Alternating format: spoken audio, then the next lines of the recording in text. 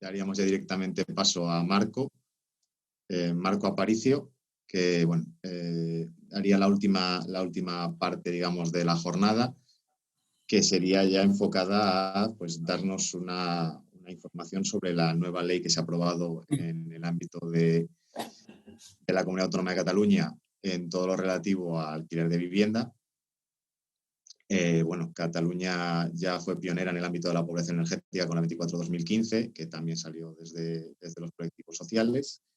Y bueno, pues en este caso concreto, pues volvemos a ver una ley que ataja un problema que es común en todas las comunidades autónomas. Evidentemente, pues la presión que tiene Barcelona, Cataluña con tema de turismo, con temas de presión de una área metropolitana, prácticamente pues eso, global, no los tenemos en muchas de las otras comunidades, pero sí que es real que al menos allí se ha afrontado esta problemática. Y bueno, pues me gustaría dar la bienvenida a Marco, que es presidente del Observatory Desk, que nace en el año 98. Está vinculado pues, a los derechos humanos en los ámbitos de la economía, los derechos sociales y la cultura, y también han incluido los ambientales. Imagino que, bueno, que todo esto también lo puede decir Marco, pero bueno, les hemos avisado con muy poquito tiempo porque bueno, teníamos contacto con Sindicat Llogateres también para una ponencia similar para las jornadas, pero bueno, estamos todo el mundo a tope. Y bueno, tanto Marco como Irene Escorihuela pues se han mostrado súper voluntarias para colaborar. Y bueno, pues Marco es profesor en Derecho Constitucional de la Universidad de Girona y es doctor en Derecho por la Universidad Autónoma de Barcelona. Si todo está correcto, abrimos sonido con Marco, yo me silencio, no me veis tampoco, que así eso gana muchísimo lo que es en calidad de imagen. Y si prueba Marco primero, si va genial lo de compartir pantalla, y estamos. Y muchísimas gracias, Marco. Bueno, pues buenas ya tardes a todas, a todos. Sí, pese al mes, pese al año y pese a todo, encantados de estar aquí, de hablar en nombre del observatorio, pero también, en realidad, en nombre de, yo te diría que las 4.000 entidades que han apoyado este proceso social y político en Cataluña, y que están impulsando también, junto con muchas otras entidades del resto del Estado, un proceso parecido a nivel estatal, de debate de ley en materia de garantías del derecho de vivienda, de hacer del derecho algo practicable, es decir, de un derecho constitucional, hacer que sea constitucional y, por tanto, que exija a todos los poderes públicos, empezando por el legislador, la garantía de unos contenidos mínimos. Y eso está impulsado, está protagonizado en el caso catalán por el Sindicat de Llogateres, el sindicato de inquilinas e inquilinos, pero ese sindicato viene también, yo creo, que a expresar un movimiento muy amplio, que tiene muchas ramificaciones, muchas coincidencias, muchas estrategias compartidas, discutidas. Evidentemente, el sindicato no se entendería sin el papel de la PA durante muchos años, ¿no? sin la emergencia de una subjetividad política muy centrada en uno de los elementos que hoy en día determina el acceso y la garantía básica de muchos derechos. Estamos hablando ahora de pobreza energética y, por tanto, del ejercicio básico del derecho a la salud, del derecho a la integridad física y emocional y psicológica, y elementos que luego tienen muchísimos impactos también en el derecho al trabajo, el derecho a la educación, capacidad de poder tener condiciones básicas de vida. Eso no se explica solo con esta ley, no se explica solo con el Sindicat de Llogateres, no se explica solo con una línea como muy enfocada en esta única cuestión, pero esta única cuestión hoy en día puede también ser eso, muy expresiva de todo lo que está sucediendo y de algunos cambios, yo diría, incluso culturales en nuestro ámbito social y político. ¿Por qué digo ámbitos culturales? Porque que exista finalmente ya una ley vigente que establezca límites claros, aunque seguramente insuficientes, seguramente iniciales, pero que establezca límites claros a lo que se ha concebido siempre como un elemento propio exclusivamente de las facultades del derecho que implica el derecho a la propiedad, de repente está haciendo ya un clic cultural, de cultura jurídica y de cultura política y social fundamental. Un clic, un cambio que se va consolidando cuando hay una ley que establece usted, por muy propietario que sea, no puede hacer lo que usted considere oportuno con la vivienda que es de su propiedad, porque la vivienda responde a una necesidad que es colectiva y que es individual, responde a la necesidad de garantía de derechos y, por tanto, hay límites ahí, ¿no? Pero también cuando la ley, ahora la citabas, ¿no, Daniel? Cuando la ley 24/2015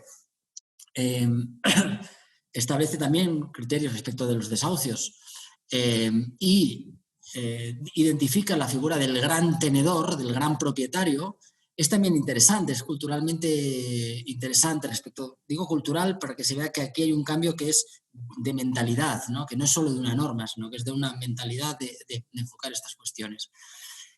¿Por qué?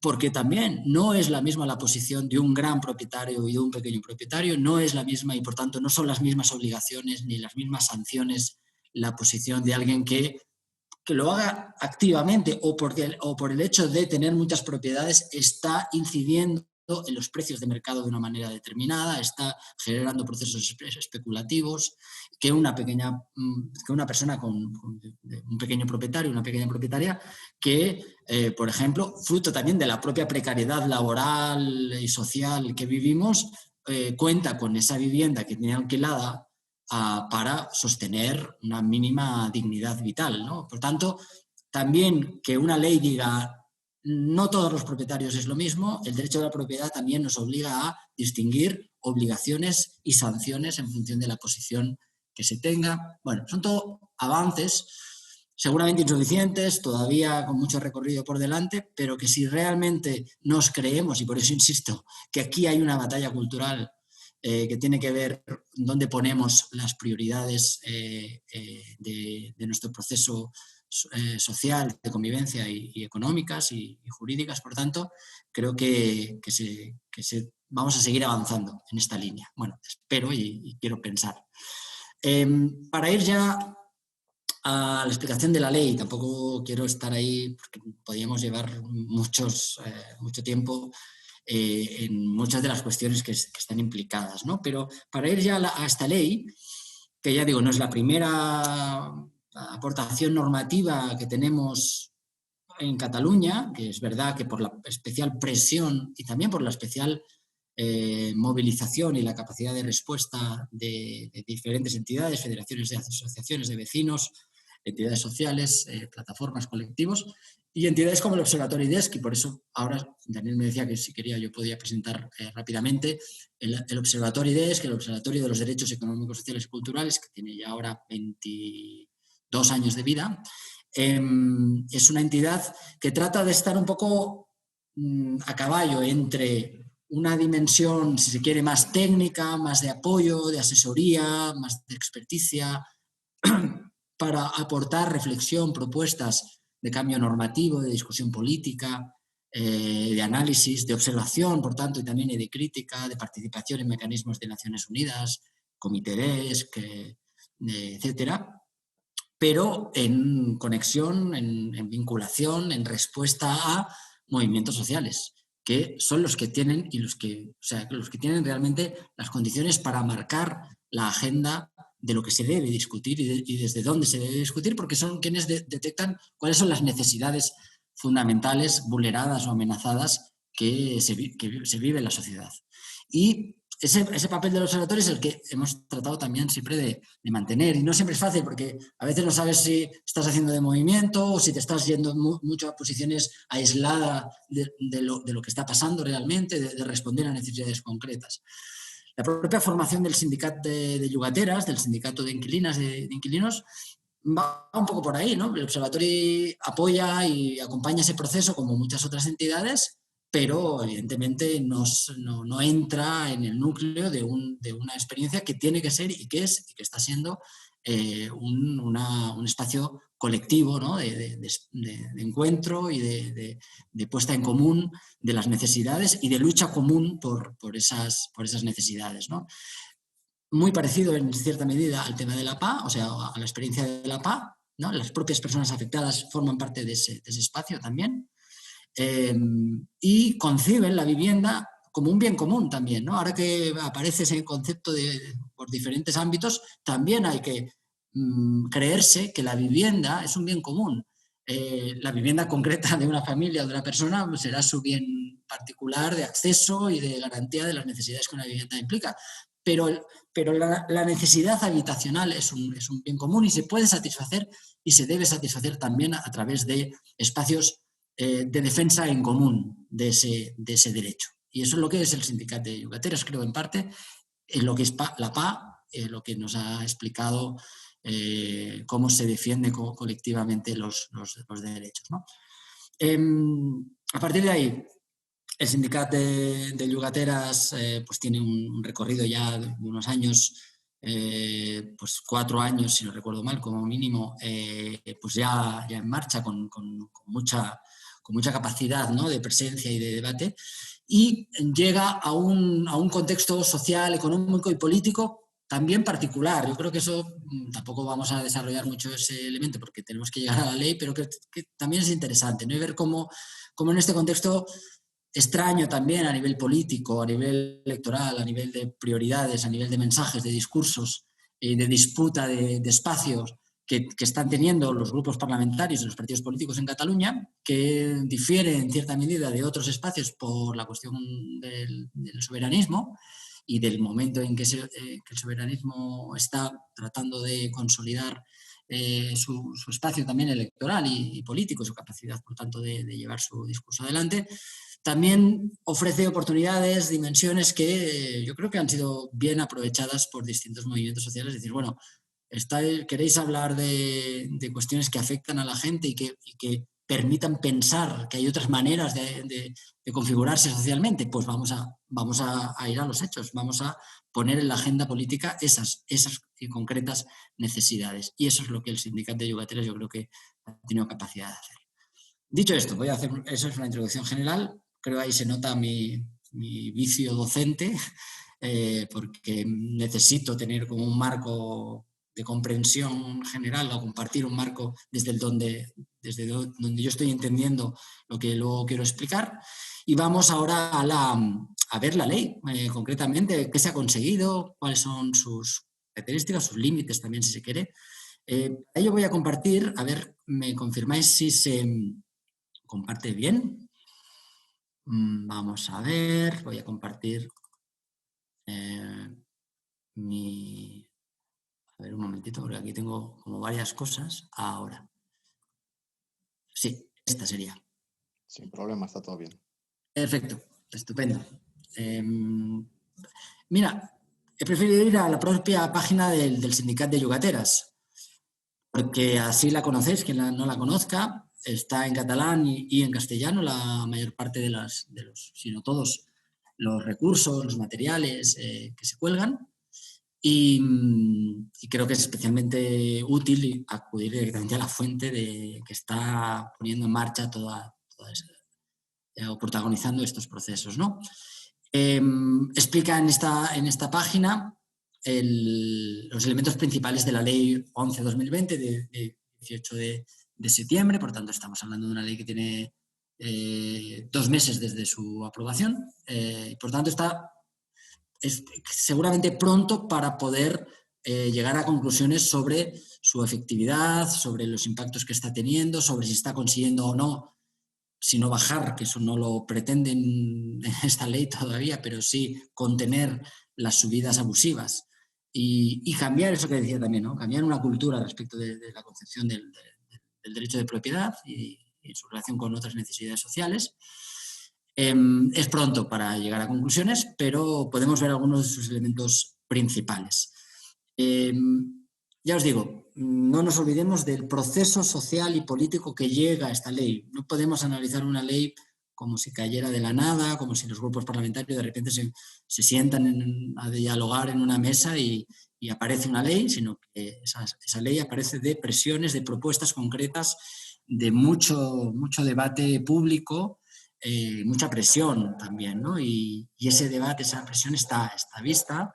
Las propias discusiones sobre las enmiendas, sobre la posibilidad de excepcionar más o menos situaciones, también fue un debate importante y finalmente yo creo que ha quedado una ley bastante completa respecto a no poner un gran saco de situaciones que excepcionan la posibilidad de controlar el precio del alquiler, ¿no? Se ha optado, hay esto también un debate político estratégico, si se quiere. Había como dos grandes opciones, entiendo, en estas leyes y muchas otras parecidas, en que o vas muy allá en determinados supuestos, pero haces un listado muy largo de excepciones, o te quedas más corto en términos genéricos, pero la ley, el discurso de la ley respecto de la necesidad de limitar a casi todos los supuestos es más claro, ¿no? Yo creo que esta ley ha ido más bien por aquí. Quizás no vamos a avanzar tantísimo en determinadas cuestiones que a lo mejor en circunstancias especiales, ¿no? Grandes tenedores de 20 viviendas que se acredite que estén especulando con los alquileres. No, se prefiere decir, mira, es para todos en general, incluimos una pequeña excepción para propietarios que estén su propia capacidad económica por debajo de determinados índices de dificultades económicas. Solo en este caso el propietario podrá excepcionar su situación a los límites que ponga la ley. En el resto de casos, cualquier propietario medio que tenga una propiedad, pero no tenga una situación económica especialmente difícil, tiene que someterse a esta ley. Por tanto, es una ley que sirve para todo el sistema de alquileres dentro del mercado inmobiliario. Como veréis, si siguiéramos, no vamos a hacer punto por punto, eso lo podéis hacer en casa si queréis, después con más calma, quien tenga interés, pero bueno, hago un repaso rápido sobre cuestiones que la propia explicación que hace el sindicato incluye en su página web. Veamos, aquí básicamente hay una distinción en función del año en que se inician los contratos, ya contratos anteriores al 1 de enero del 95, ¿no? Por tanto, ya sería lo que el concepto tendríamos de contratos casi de renta antigua, que ya no existen estrictamente, pero que sí que tiene una lógica de segmentar, ¿no? Esos contratos tan largos que ya tenían otro régimen también inicialmente, quedarían fuera, así como aquellas que tengan que ver con rentas de protección oficial, alquileres sociales y demás, ¿no? Para el resto, se aplica a todos los nuevos contratos de alquiler de residencia permanente, tanto de primera residencia, no de segunda residencia vacacional, de las personas inquilinas cuando la vivienda arrendada está situada en una zona declarada como mercado de vivienda tenso. Este es el elemento también importante, ¿no? Vamos a decir que territorialmente hay zonas donde el debate sobre los alquileres es mucho menor o no es central porque hay menos población, hay menos presión y ahí no ha sido una cuestión especialmente problemática. No está ahí el problema. El problema es seguramente hay poca gente, hay poco trabajo y hay unos niveles también de pobreza importantes, pero los alquileres no son el elemento central. Y en todo el resto, que ahora veremos que no son pocos las zonas declaradas como mercado de vivienda tenso, se aplica esta ley. Fijaros, aquí tenéis los municipios en los que se aplica, es el listado. Ya digo, no es menor. Estamos hablando de municipios repartidos por toda Cataluña. Evidentemente, una concentración importante en lo que es Barcelona, el área metropolitana, pero también incorpora pues, por ejemplo, zonas del Maresma, que son también especialmente codiciadas por el mercado inmobiliario, pero también nos vamos a zonas que pueden ser un poquito más alejadas, pero ya son grandes ciudades, ¿no? Lleida, claramente, Figueras, Girona, Olot, o zonas más turísticas como Salou, etcétera, ¿no? O San Feliu de Guíxols en la Costa Brava. Es decir, bueno, hay una compensación entre fundamentalmente zona metropolitana más algunos enclaves donde la presión es evidente a nivel de municipio. Los ayuntamientos de estos municipios tienen que impulsar una nueva declaración de zona con mercado de vivienda tenso antes de cumplir un año para continuar aplicando la ley. Los ayuntamientos son los responsables de decir, oye, sí, aquí estamos en esta situación y hay que renovar esa declaración, ¿no? Y en ese proceso se pueden, evidentemente, ampliar a otros municipios donde la población se movilice para que los municipios lo acepten. ¿Cómo se determina el precio del alquiler? Claro, básicamente, aquí no es, bueno, tiene algunos detalles, pero diríamos que no es especialmente complejo en términos generales. Hay un índice de referencia. El índice de referencia en realidad ya existía con una ley que se aprobó hace más de 10 años en el Parlamento de Cataluña sobre el derecho a la vivienda, que se ha olvidado, es una ley muy poco citada, porque es una ley que en el propio proceso de aprobación se fue vaciando de contenido y después algunas de las cosas que planteaba no se pusieron en práctica y se dejaron ahí como declaradas, pero sin ejercicio concreto. De todos modos, es una ley interesante, ley del 2008, si no recuerdo mal. ¿Por qué es una ley interesante? Porque está poniendo cuerpo jurídico al desarrollo de un derecho que se llama derecho a la vivienda y así se llama la ley.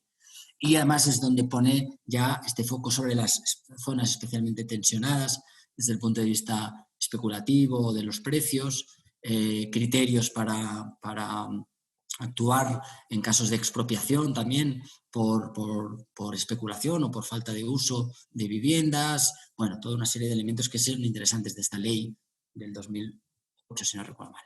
Pero bueno, índice de referencia. Hay unos índices de referencias que ahora luego vemos un poquito cuál es la lógica. Si el precio del contrato que queremos ahora renovar o hacer un nuevo contrato estaba por debajo de ese índice, la renta del nuevo contrato no podrá superar el precio acordado de ese último contrato. Eso es muy interesante, fijaros. Yo tenía un alquiler de... Es mentira, no es lo que pasa, pero por poner el ejemplo, yo tenía un alquiler de 600. El índice de referencia está diciendo que el piso donde vivo se puede exigir el precio medio hasta 700. Pues bien, por ley, en la renovación de mi contrato, o sea, en el nuevo contrato que viene a sustituir o a renovar el que yo tengo, tengo derecho a mantener, evidentemente con las subidas de IPC, el precio que ya tenía. ¿De acuerdo? Por tanto, no es que ahora al hacer efectivo la existencia de un índice voy a subir necesariamente los contratos que ya existían si estaban por debajo. Es decir, que como se aplica a zonas de tensión, eso no pasa mucho. No es habitual tener esa situación, no es habitual. Pero allí donde pase, es interesante que la persona tiene derecho a seguir con esa. Es una idea también de previsibilidad, de certidumbre. Si yo he estado dedicando una determinada parte de mi renta, ¿no?, de mis ingresos, es para poder mantener más o menos ese criterio, que no se altere esa estructura, por tanto, de vida, ¿no?, respecto del peso que tiene la vivienda en el desarrollo de mi vida. Si el precio estaba por encima del índice, entonces, evidentemente, aquí tendrá que bajar. Por tanto, o bien se mantiene como estaba, o bien baja, ¿de acuerdo? Pero la ley no va a amparar subidas obligatorias, ni mucho menos. Si la vivienda no ha sido alquilada en los últimos 5 años, ¿no? Hay una vivienda que no había estado alquilada, por tanto no hay un contrato anterior de esos últimos 5 años, en todo caso, pues la renta que se establezca no puede superar el índice de referencia. ¿De acuerdo? Y esto es importante, insiste mucho el sindicato de llogateras. No hay una congelación, hay unos topes. Por tanto, la renta puede estar por debajo. No hay problema. ¿De acuerdo? Y eso es importante, aún da igual que no sea el mismo inquilino o inquilina. Por tanto, el nuevo contrato es el que debe estar vinculado a estas cuestiones. El precio de referencia, hay una manera y hay una manera de consultarlo, ¿de acuerdo? Se puede, si queréis, os lo pongo rápidamente para que veáis. Hay la Agencia de Vivienda de Cataluña y pones la dirección, la superficie útil, el estado de mantenimiento que te permite pues, señalar estado deficiente, se necesita actualizaciones en buen estado o en perfecto estado, certificado energético, bueno, una serie de criterios que os podéis imaginar más o menos la lógica que tienen, y a ver si se sale ahora. Y eso marca, a partir de esos criterios, se marca el índice en función de la zona y de los metros cuadrados, etc., ¿no? Otros elementos, y ya estaría pasando como a una reflexión más final, porque no quiero entrar en muchos detalles, pero que entiendo que no esa es la lógica de esta sesión, ¿no? Porque el detalle se puede entrar directamente. Pero, bueno, hay algunas cuestiones que pueden ser de interés. Después, mientras dura el contrato, ¿me pueden actualizar el precio? No, el IPC, en eso se mantiene igual, el IPC anualmente. Pasa si aún falta mucho para que se acabe mi contrato. La lógica que veíamos antes, el precio es el que pagas actualmente, eso es lo que te marca la pauta. Evidentemente, puedes negociar un contrato nuevo con la reducción de la renta, ya que si te marchas de la vivienda, el precio del nuevo contrato igualmente debe bajar. Es interesante, ¿no? Porque tú tienes un contrato largo, pongamos, pero de acuerdo con los nuevos criterios, ahora el propietario sabe que si tú te vas, en el nuevo contrato que haga con los nuevos que encuentre, va a tener que someterse a esos nuevos precios. Y por tanto, si a ti te interesa renegociar el precio, tienes ya algo que decir en tu negociación. Y por tanto, puedes decir, oye, yo si me voy, el nuevo contrato que hagas vas a tener que bajarlo. Por tanto, bájamelo a mí, ¿vale? Bájamelo a mí y así yo no me voy y te aseguras que siga yo como inquilino, y etcétera, etcétera, ¿no? Fijaros, ¿qué importancia tiene esto? A mí me parece fundamental. Esta ley, ¿qué está intentando hacer? Y aquí es un ejemplo, equilibrar las posiciones de negociación entre propietario e inquilino, entre propietaria e inquilina. ¿Eso a qué nos suena? Pues a la lucha social permanente sobre la igualación de las condiciones materiales que permiten ejercer ¿no? la libertad, ¿no? Ahora veíamos el debate sobre la ley CELA y cómo determinados ámbitos políticos enarbolaban la bandera de la libertad porque consideraban que esta ley está vulnerando la libertad. Y bueno, decimos, algunos y algunas diremos libertad fundamental, el principio valor superior del ordenamiento, pero para ejercer la libertad se tienen que dar determinadas condiciones. Y las condiciones son unos mínimos vitales y unos mínimos de negociación en aquellos espacios donde lo que se negocie tiene que ver con nuestras necesidades vitales. Si yo no puedo negociar en mínimas condiciones materiales de partida y jurídicamente avaladas, en condiciones de mayor igualación, ahí no hay libertad ninguna.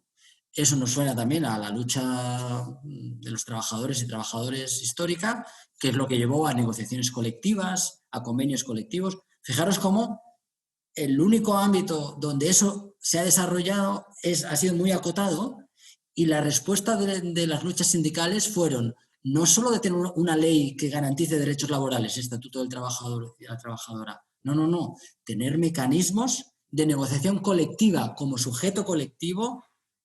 ¿Por qué? Porque si no, la negociación no se equiparará nunca. Esta ley surge de una movilización colectiva. Espero y entiendo que no se cometa el error de que, como ya tenemos derechos individualizados, ahora ya funcionará todo, sino que el mantenimiento de la estructura colectiva de defensa de los derechos esté y estará, porque el sindicato, el APA y otros espacios seguirán estando, pero otorga posiciones de mayor equiparación de negociación. Y aquí es clarísimo.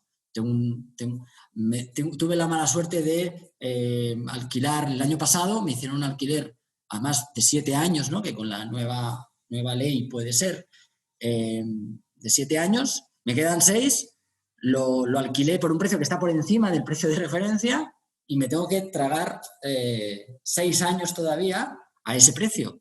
Y no, ahí es donde yo puedo entrar en un espacio de negociación. Claro, tengo que ver con cuidado porque si ya quiero estar en este piso, que no, pero podré encontrar un espacio de establecer un precio más adecuado, al menos al índice de referencia. Creo que es interesante esta línea por eso, ¿no?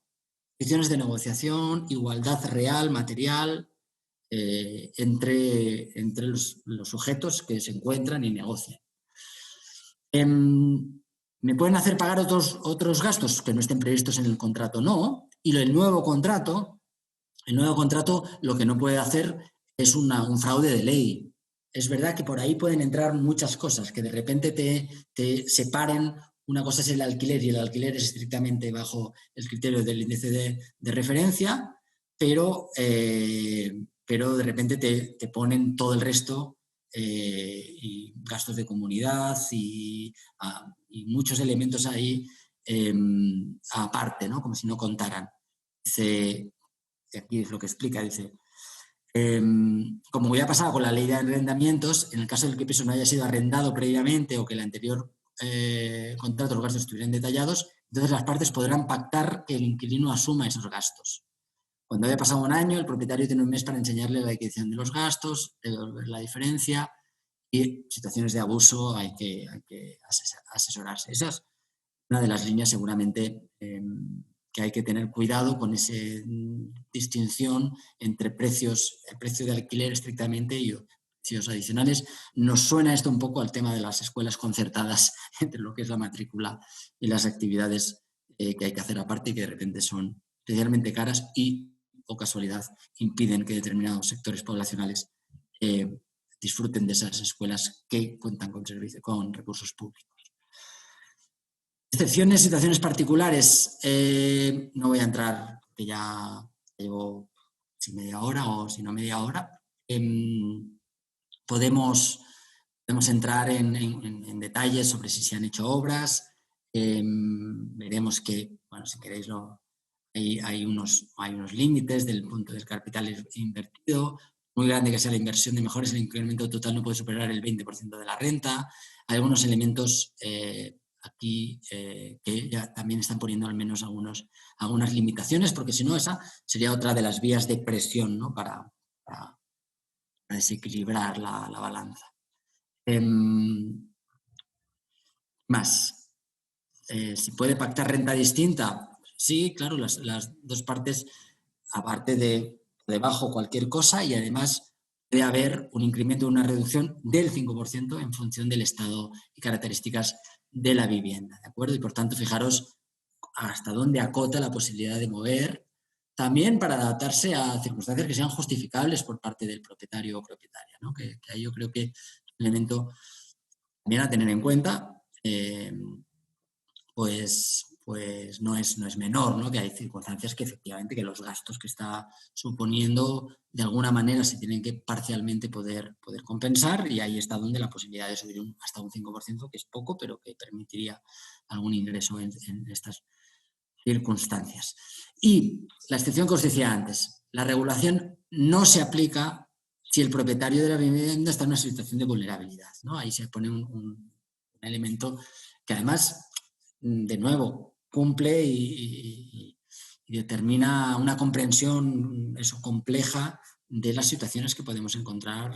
O sea, que no todos los propietarios tienen el mismo poder, no todos los inquilinos tienen el mismo poder. Por tanto, esa flexibilización es importante, pero la opción de esta ley, como os comentaba antes, ha sido no entrar en especiales categorización de situaciones y excepciones de unos y otros, porque eso tiende a debilitar el propio discurso, el propio mensaje y la capacidad pedagógica de la ley, ¿no? Y hay una cuestión muy importante de las normas, es que no solo regulan una cuestión, tratan de prescribir cómo deba realizarse un determinado espacio de convivencia y de intercambio o de negociación, sino que también intenta generar un cambio mental, una capacidad pedagógica de la norma de modificar imaginarios y maneras de entender ese tipo de conflictividades. Fijaros que además se cifra específicamente, el propietario debe tener unos ingresos brutos inferiores a 2,5 del índice de renta social de la renta social. Son actualmente 1.422 euros mensuales, para que nos hagamos una idea. Si está por debajo de eso, y además la posición del inquilino, ¿no? Es la posición del propietario y la posición del inquilino que es superior a 1991, porque si no, ahí tendríamos una cierta descompensación poco justificable desde el punto de vista de igualdad. ¿Pero de qué estamos hablando? De equiparar las posiciones de la negociación. Y es ahí donde esta ley, al introducir esta excepción, ratifica que ese es el propósito también de la ley en cierta medida. Bueno, yo creo que voy a dejar ya de compartir garantías, los anuncios de alquiler, lo que debe constar el nuevo contrato, el conflicto y no se cumple la ley, hay un régimen sancionador, por tanto, de multas entre 3.000 y 90.000 euros, así como otras, ¿no? Una gradación de infracciones y sanciones, por tanto, sanciones graves, sanciones leves, y el papel también de las oficinas de vivienda, de la Agencia de Vivienda de Cataluña, donde se presentan las incidencias, los problemas para iniciar un intento de mediación, un intento de solución antes de llegar a una dimensión jurisdiccional, ¿no? Dice el punto 5 de la explicación que hace el propio sindicato. La mejor garantía es lo que comentaba antes. Es el sindicato, es la existencia de un espacio de movilización colectiva, de garantía colectiva del derecho. De acuerdo que ya tenemos unos derechos individuales, de acuerdo que tenemos vías para responder, hay una previsión de sanciones, hay una entidad pública que incorpora estas incidencias y trata de mediar para solucionar, hay unos tribunales que deberán aplicar la ley, pero todo eso, toda garantía política o jurisdiccional, toda garantía institucional se desvanece, no sé si en el aire, pero se desvanece, si no hay subjetividad movilizada, si no hay garantía social, lo que expresa la existencia del sindicato. ¿Qué puedo más señalar? Voy a descompartir, a ver cómo se descomparte. A ver, déjale aquí. Vale, ya he descompartido. ¿Qué más se puede señalar? Yo diría que dos cosas. Primeros resultados en este cortito periodo de vida, más allá de ilusiones o imaginaciones que tengamos sobre que hay un cambio paradigmático, cultural de lo que está pasando.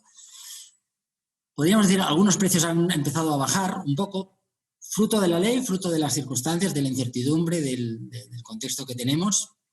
Es muy difícil saberlo, pero bueno, está claro que la imposibilidad de que el nuevo contrato que el propietario quiera hacer pueda subir sin límite, como pasaba hasta ahora, señala un freno y, por tanto, puede marcar una lógica, si no de bajar, sí de contención. Problemas de la ley.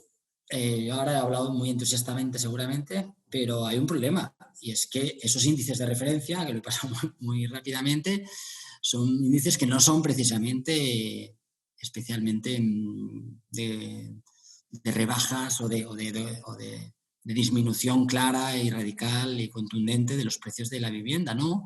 La lógica es la tendencia a mantener lo que hay, es que a que no suba más. Pero los índices de referencia están planteando pues precios, lo estoy diciendo ahora de memoria, pero para un piso de 70 metros cuadrados en zonas tensionadas, y también depende de la zona, depende del estado del piso y de los elementos que antes hemos visto, de 900 y pico euros. Sobre un piso de 70, 900 y pico euros. Para una familia de 4 miembros, que más o menos pensamos que un piso de 70 puede responder a sus necesidades, pues son 900 más suministros, más circunstancias que puedan haber. Se puede ir tranquilamente a un sueldo entero de una de las dos partes de la familia, si es que es una familia de dos partes, si es familia monoparental, como como se señala, por ejemplo, en todo el trabajo que hace la Fundación, ¿no?, de Isadora Duncan, que convoca esta jornada, pues no se puede cubrir. Por tanto, hay un problema. No ha habido capacidad, fuerza social y política suficiente para realmente ponerse en contradicción, en batalla abierta, más intensa con determinados intereses privados, especulativos, inmobiliarios, financieros, con una capacidad fuertísima de movilización y de defensa de intereses de grandes poderes, pero también de una cultura propietaria muy, muy asentada en nuestras sociedades, ¿no? Eso creo que también es cultura propietaria, de propiedad como elemento central, principal del modelo económico y social, ¿no? Por tanto, con una prioridad de protección de lo que implica la propiedad y una infraordenación, una subordinación de otros intereses y, por tanto, cuando se intenten equilibrar, se equilibre, pero sin excesos. Y esa tiene que ver con que no se han disputado que los precios realmente impliquen que una renta de alquiler no pueda suponer en ningún caso más de un 30% de los ingresos que tenga una familia. En ningún caso. Y que estuviera por debajo, ¿no? Como, fijaros, es una especie de red, como todavía estamos lejos de la renta básica universal, pues una especie de renta básica universal alternativa, que es que en lugar de gastarnos 60-70% de nuestros ingresos, nos gastemos un 15 o un 20. Ahí hay una renta básica. Y insiste mucho el sindicato de yugates y yugateras. Esa renta, bueno, no, creo que no utilizan este término que ahora estaba compartiendo, pero decían, es que esta rebaja de precios, real rebaja, no solo mantenimiento, sino si se consiguiera una rebaja de precios, tiene que ver con mayor capacidad, por tanto, de las familias, de las personas de consumir. No me gusta mucho utilizar esa palabra porque también es un debate sobre si tenemos que hablar de consumo o de otros factores. Yo creo que no, pero bueno, si lo plantean en esos términos de debate político, oye, no queremos reactivar determinados ámbitos de la economía, pues necesitamos personas con capacidad, con tiempo, con capacidad, no sometidas a lógicas de lo que se llaman servidumbres voluntarias, ¿no? Voluntariamente pagamos un alquiler que nos supone un 60 o un 70% de nuestros ingresos y que por tanto nos impide a ser libres en muchos otros ámbitos, ¿no? Eso por un lado. Y por otro lado, y última cuestión, el debate a nivel estatal. Evidentemente, esta ley, vamos a ver qué recorrido tiene desde el punto de vista de si hay un recurso por cuestiones competenciales, porque es cierto que la competencia en materia de vivienda en buena medida es una competencia autonómica, pero cuando puede afectar a planificación general de la economía y a cuestiones de esos grandes títulos competenciales que tiene el Estado que le permite intervenir en los espacios del derecho al propio autogobierno de las comunidades autónomas, puede haber ahí una línea de respuesta, de boicot a esta ley y de boicot a un proceso social amplio y poderoso, ¿no? Tenemos un tribunal constitucional con unas mayorías y con unas tendencias que son las que tenemos y, por tanto, también hay que estar atentos a ese proceso. Pero fijaros, ahí hay una disputa cultural. Por muy conservadores o por muy vinculados a determinados intereses que estén sobre representados en determinados ámbitos jurisdiccionales, en este caso, el Tribunal Constitucional o el Supremo o donde sea, hay un espacio de chip, ¿no? de cambio de tendencia que se produjo en cierta medida con el tema hipotecario. Había un consenso político y jurídico y judicial en que no se podía entrar a las condiciones de los contratos hipotecarios, que eso era fruto de libre intercambio, la libre negociación de dos sujetos, banco y propietario o propietaria, y después de mucha movilización de la PA, empezaron a orientarse algunas sentencias hacia la garantía de los derechos de las personas hipotecadas, incluso al Tribunal de Luxemburgo con la protección de los derechos de los consumidores a nivel de la Unión Europea, que afectó directamente a la cuestión en España, etcétera, etcétera. Por tanto, ahí hay una disputa que debe seguir dando, y por eso el punto 5 de la presentación que hacía el sindicat es, oye, es que la garantía es la movilización, es la estructura colectiva de respuesta, ¿no? Y a nivel estatal, este debate es un debate que se ha llevado en el ámbito catalán, pero que algunos y algunas a lo mejor lo quisieran mantener solo allí, pero no es la pretensión ni mucho menos del sindicat, y está el sindicat siendo muy activo en el debate de la ley a nivel estatal. La ley a nivel estatal ya hay un acuerdo entre diversos grupos parlamentarios. Como sabéis, a lo mejor lo habéis seguido, ¿no? Apareció en el ámbito de la discusión del acuerdo de presupuestos, de la votación sobre la ley de presupuestos, los nuevos presupuestos generales del Estado, para que haya una ley de vivienda, y ojalá se dijera ley del derecho a la vivienda, al menos también para que aparezca que ahí hay un derecho, que es el del artículo 47 de la Constitución, a nivel de Estado. La competencia del Estado, como os comentaba, tiene que ver con planificación de la actividad económica, con garantía mínima de derechos igual para todos los ciudadanos y ciudadanas, y también tiene que ver con cuestiones procesales, por ejemplo, que son competencia exclusiva del Estado. O la cuestión de la coordinación entre distintas comunidades autónomas, que también ahí el Estado puede tener y debería tener un papel de garantía de esa coordinación. Es un tema importante, no es menor, porque ahí, como sabemos que hay dumping fiscal, es decir, las comunidades autónomas, y en eso sabemos que es campeona la Comunidad Autónoma de Madrid, aunque creo que ayer Ayuso se indignó mucho, no me acuerdo muy bien porque escuché al final de la radio algo que decía, pero que creo que tenía que ver con una denuncia sobre esa lógica de las descompensaciones de las políticas fiscales que hacen que hay una desigualdad grande de atraer determinadas inversiones y domiciliaciones de empresas al propio terreno, ¿no?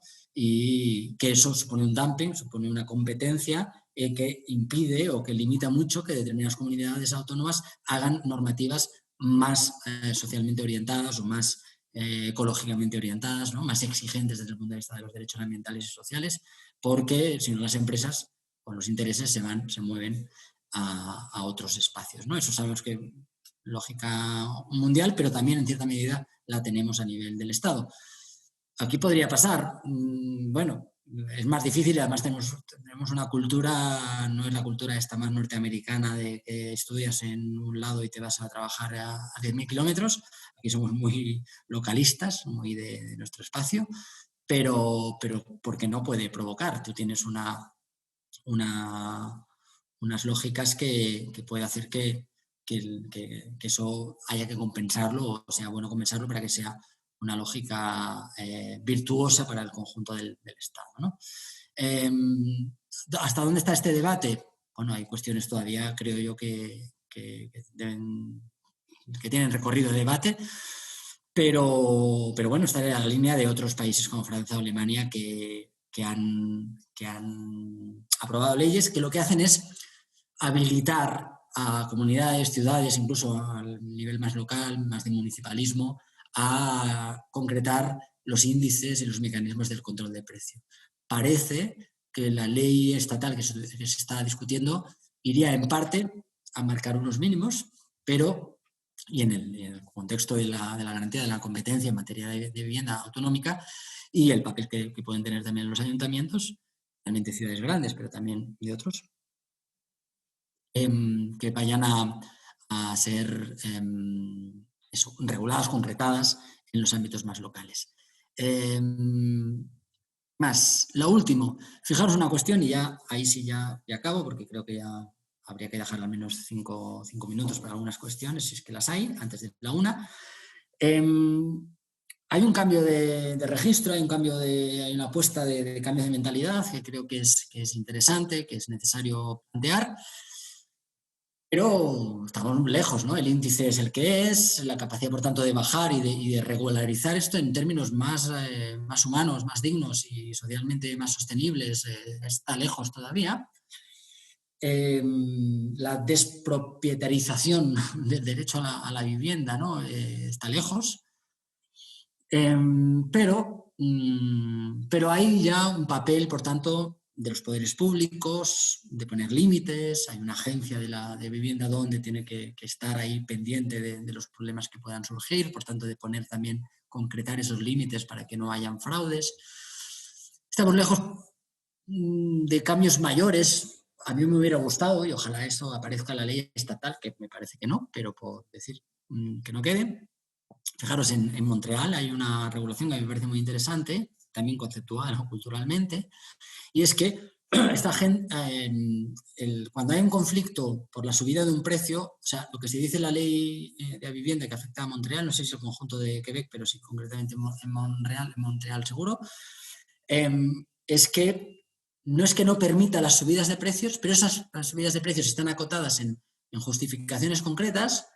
El propietario o propietaria tiene que hacer una propuesta al inquilino de subida de precio justificada en esa línea. El inquilino puede o no puede aceptar o puede tratar de renegociar. Si no acepta o si pretende renegociar y no lo acepta el propietario, eso va a un tribunal administrativo. ¿Por qué creo que es un cambio importante? Es una agencia de vivienda, pero que hace un trabajo como tribunal administrativo. Porque el conflicto entre las dos partes no la resuelve un tribunal de conflictos privados, que es un tribunal civil, que es el orden jurisdiccional de lo civil, como es en nuestro caso. En nuestro caso, cuando hay un problema de desahucio o de incumplimiento del contrato entre propietaria y inquilina o inquilino, eso lo resuelve en última instancia la jurisdicción civil. ¿Por qué? Porque culturalmente, jurídicamente, esto es un problema entre particulares. En Montreal dice que no, esto no es un problema entre particulares, esto es un problema público y que lo tiene que resolver, llegado el caso, no es un tribunal que resuelva conflictos entre particulares, es un tribunal que protege el orden público, el interés general, y aquí hay una dimensión de un bien jurídico de garantía y de defensa pública. Por eso es un tribunal administrativo y no un tribunal civil. Bueno, fijaros que hay muchos elementos de debate que todavía se podrían plantear y que están en marcha gracias al trabajo de las entidades sociales, gracias al trabajo, el impulso de la energía de las personas sindicadas en el sindicato de llogateras. Bueno, dejo 5 minutos, no es mucho, típico de los docentes, para si hay dudas o si con todo lo que me he enrollado, seguramente lo que querrá la gente es que ya no hable más, pero bueno, si hubiera algo me decís. Abrimos, si quieres, el tema de preguntas. Hay un apartado específico que es preguntas y respuestas. De momento no tenemos ninguna. Y en el chat creo que tampoco. Vale, sí que si nadie dice nada, sí me gustaría destacar el tema de que en Barcelona la concejalía, el área de habitatge, de vivienda, se ha pasado a servicios sociales, a derechos sociales, sacándola de las tradicionales de urbanismo, algo que bueno, pues, llama mucho la atención y creemos que es un paso. Y otra cosa que, bueno, en su momento estuvo aquí en León la persona responsable desde el Ministerio de Fomento, que ahora no me sé el nombre, que Carmen seguro que se acuerda, y Ana también, pero como lo han cambiado, Midma, ¿no? Creo que se llama ahora el Ministerio. ¿Midma? Sí, Midma. Es que como nos cambian los nombres a cada tal, pues eso. En su momento, él habló de que estaban modificando para hacerse o adquirir, tener la capacidad de poder adquirir grandes bloques de vivienda y demás. Y yo creo que el tema de haber dejado pasar la oportunidad de la Sareb, porque ya está comprado, ya no es una... No sé si en Barcelona el propio ayuntamiento, porque sé que vivienda nueva sé que está construyendo, o sea, lotes de vivienda nueva sé que está construyendo, pero no sé si la recuperación de vivienda por parte de un ayuntamiento que sí que tiene capacidad económica, porque bueno, nosotras estamos en León, ¿vale? Tenemos en Valencia y en León. Concretamente el Ayuntamiento de León hasta hace unos años, creo que el año que viene les dejan de estar intervenidos, ¿vale? Porque tenían unos niveles de deuda y demás, es decir, no tenían capacidad de inversión. Pero ayuntamientos que son, digamos, más solventes, yo no sé si se han llegado a plantear este tipo de soluciones para lo que hablamos, no tanto el generar parque de vivienda nuevo, generando nuevas tensiones, etcétera, etcétera, sino recuperar parque de vivienda a nivel público. Vale, intentaré no desarrollar mucho. ¿Ya? Como decía, no ha habido preguntas más allá de Daniel, que es un gran moderador que ante el vacío se lanza y pregunta. Pero no, aparte que son preguntas que me parecen, bueno, súper pertinentes. ¿Por qué? Porque es que hay muchos elementos en juego. Aquí hemos hablado de una dimensión que tiene que ver con la vivienda y con la regulación de la vivienda en la perspectiva de las relaciones de privados. Fundamental, porque nuestro parque de viviendas es fundamentalmente de entre privados y por tanto es ahí donde hay que inmediatamente actuar, pero paralelamente lo que hay que hacer es, por eso decía, despropietarizar la vivienda, desprivatizar, desmercantilizar la necesidad. Ese es el elemento, ese es el reto y ese es el reto como sociedades que tenemos. Tenemos que desmercantilizar las necesidades, al menos las básicas, las fundamentales, y para grandes capas de la población. No puede ser que todo esté en el mercado y solucionado a través del mercado y luego nos toque a duras penas regular el mercado, como podamos. Es mejor sacarlo del mercado cuando se pueda y cuando son necesidades tan centrales.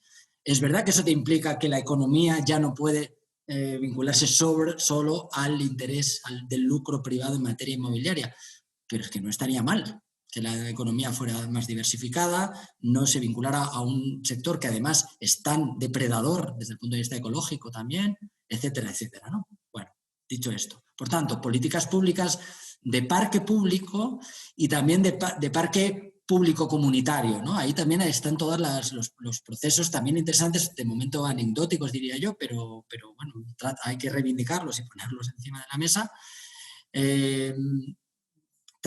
Tratemos ya que hay mucho por hacer, pues que hay mucho por hacer no mantenga público-privado. El público-privado vamos ganando un poquito de terreno de lo público y el privado vamos viendo, regulando como se pueda.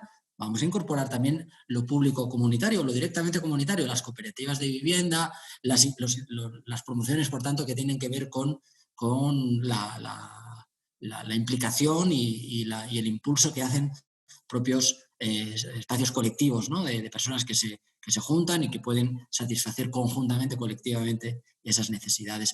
Y el parque público, muy complicado, evidentemente, lo has dicho, León ha estado intervenido, está todavía intervenido, como tantos otros municipios, ley Montoro, la ley que era, vaya, era la gran ley de las 20.000 llaves. O sea, que cualquier proceso que se podía abrir para hacer frente a las políticas de austeridad y por tanto de recortes y por tanto de nueva remercantilización de necesidades, estaban cerradas por la ley Montoro, por la intervención en los municipios. Y fijaros, por mantener que los ingresos municipales tenían que seguir otra vez con la misma lógica o tenían que seguir siendo con la lógica desarrollista de las promociones privadas, de una ley del suelo como la que tenemos que ha permitido esa extensión absolutamente insostenible de construcciones, muchas de ellas absolutamente fuera de mercado y vacías, pero que es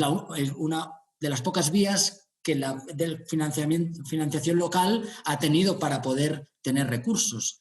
Romper esa lógica, la limitación, la asfixia de la diversificación de vías de ingreso propio, para que no tengan que hacerlo los ayuntamientos a través de las promociones inmobiliarias privadas. Y por otro lado, cómo se avanza en un mercado que está tan saturado, en unos precios que son tan altos.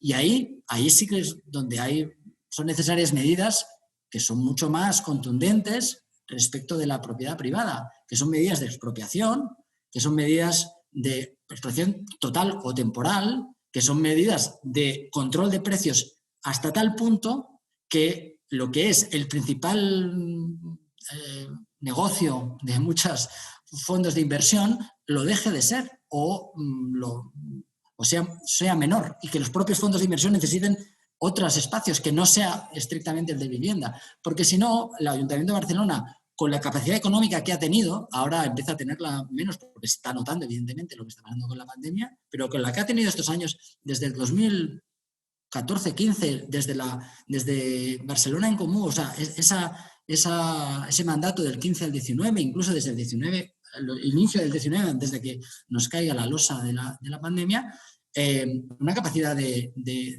actividad económica importante, pero una dificultad enorme porque los precios son tan desmesurados que el ayuntamiento tiene que entrar en el mercado privado para comprar. Y hay muy poco espacio de nuevas promociones. Es ahí donde se hizo lo del 30%, que es interesante, pero que de nuevo va a remolque de las promociones privadas. Ahora bien, le pones un límite a la promoción privada y obligas, aunque pueden saltársela con criterios, ¿no?, de cómo ordenan ese 30%, pero obligas a que no todo lo que hacen se lo embolsan, sino que hay un 30% que tiene que ser a precios públicos, ¿no? Ahí hay mucho que hacer, pero hay condiciones muy difíciles. La asfixia de los ayuntamientos, las intervenciones vía ley Montoro, y que los precios son unos precios inasumibles, incluso por ayuntamientos como Barcelona. Si nosotros repasamos qué ha podido comprar el ayuntamiento, un ayuntamiento como el de Barcelona, con Ada Colau, con un compromiso específico en materia de vivienda, etcétera, que ha podido adquirir realmente desde el 2015 hasta el 2020, veremos que los números pues, son muy reducidos, pero es que las condiciones del mercado, es el mercado, amigos, que decía, pues es que ya lo han puesto así, en esos términos, ¿no? Y lo del social, sí, ya lo último. Importancia, es una importancia simbólica, pedagógica de nuevo, política, que vivienda deje de estar dentro de urbanismo y pase a estar dentro de derechos sociales. Fijaros, y que haya un ámbito de derechos sociales, no solo de asistencia social, ayuda social, ¿no?, que es la lógica esta decimonónica caritativa, sino derechos sociales. Aquí hay derechos, hay una concejalía que tiene que ocuparse de la garantía de los derechos sociales. Y en primer lugar, por la situación que tenemos, es la vivienda. Eso es muy importante. Lo que pasa es que eso va a entrar, urbanismo, aunque no esté nominalmente, va a estar. ¿Por qué? Porque es que las nuevas promociones, el impacto que tenga en la realización real de derecho social sobre, y ya no digo solo urbanismo, sino también intervención económica. Intervención económica, es decir, está muy bien, pero aquí, ¿de dónde sacamos fondos y en qué los gastamos? Pero bueno, dicho lo cual, felicito mucho esa decisión, es una declaración política interesante, pero evidentemente las dificultades con las que tienen que lidiar son muchas.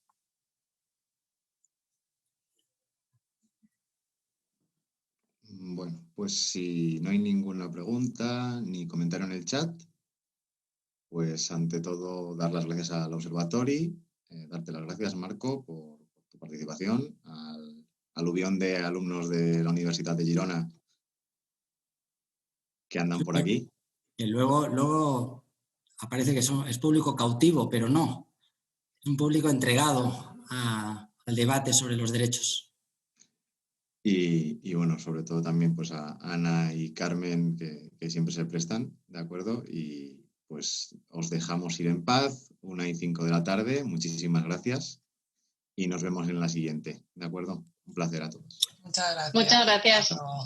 Gracias a vosotras, un abrazo grande. Hasta luego. Chao.